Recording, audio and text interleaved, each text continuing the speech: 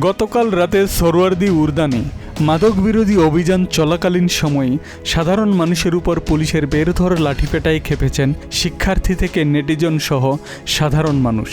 Social মিডিয়ায় ছড়িয়ে পড়া ভিডিওতে দেখা যায় মাদক বিরোধী অভিযানে মানুষের ব্যাগ তল্লাশির সময় নিজেদের নিয়ন্ত্রণ হারায় কিছু পুলিশ। সাধারণ মানুষ থেকে সাংবাদিক সবার উপরেই চড়াও হয়েছিল পুলিশ।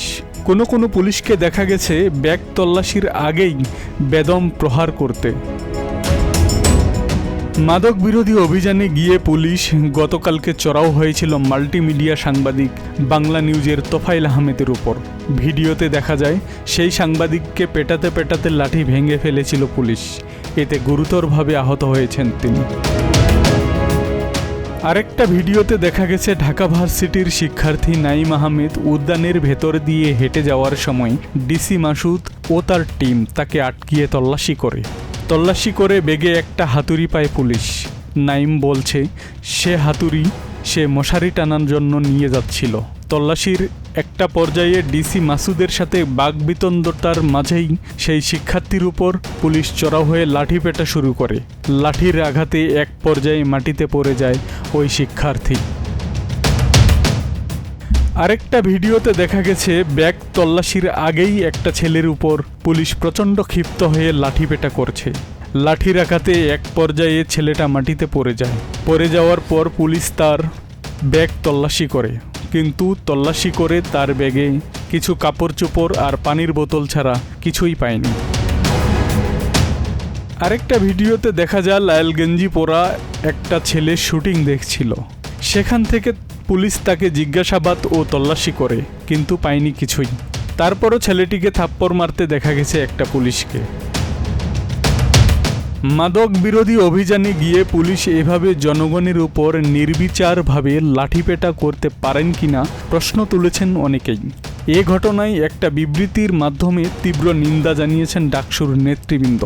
তারা বলেন, ঢাকা বিশ্ববিদ্যালয়ের একজন শিক্ষার্থী ও দায়িত্ব পালনরত একজন সাংবাদিকের উপর এ ধরনের হামলা অত্যন্ত ন্যাক্কারজনক এবং স্বাধীন গণমাধ্যম ও নাগরিক অধিকার পরিপন্থী। আইনশৃঙ্খলা রক্ষাকারী বাহিনীর কাছ থেকে সংযম, পেশাদারিত্ব ও আইনের প্রতি শ্রদ্ধাশীল আচরণ প্রত্যাশিত।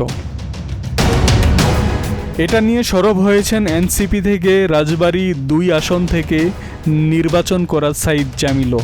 তিনি একটি ফেসবুক পোস্টে লিখেছেন, পুলিশের ডিসি মাসুদ সহ অভিযানে যুক্ত পুরো টিমকে বরখাস্তের দাবি জানাই। একজন বিসিএস ক্যাডার পুলিশ কিভাবে একজন নাগরিকের সঙ্গে তুমি কইরা কথা বলে? এদেরকে ট্রেনিং দেওয়া হয় নাই? সভ্যদের সঙ্গে কিভাবে ডিল করতে হয় এরা কি জানে না?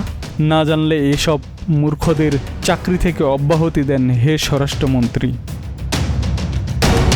এ নিয়ে জনপ্রিয় নাট্যকার ও সোশ্যাল মিডিয়া অ্যাক্টিভিস্ট মাবরুর রশিদ বান্না তার ফেসবুক পেজে একটি ভিডিও শেয়ার দিয়ে লিখেছেন, ধাওয়া করে ধরলো, 7 বার বাড়ি মারলো, তল্লাশি চালালো, শেষে কাপড় আর পানির বোতল ছাড়া কিছুই পেল না।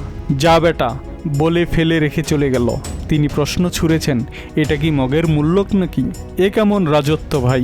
এদিকে শেষ খবর পাওয়া পর্যন্ত ডিসি মাসুদের বিচারের দাবিতে শাহবাগ থানা ঘেরাও করেছে ছাত্র জনতা।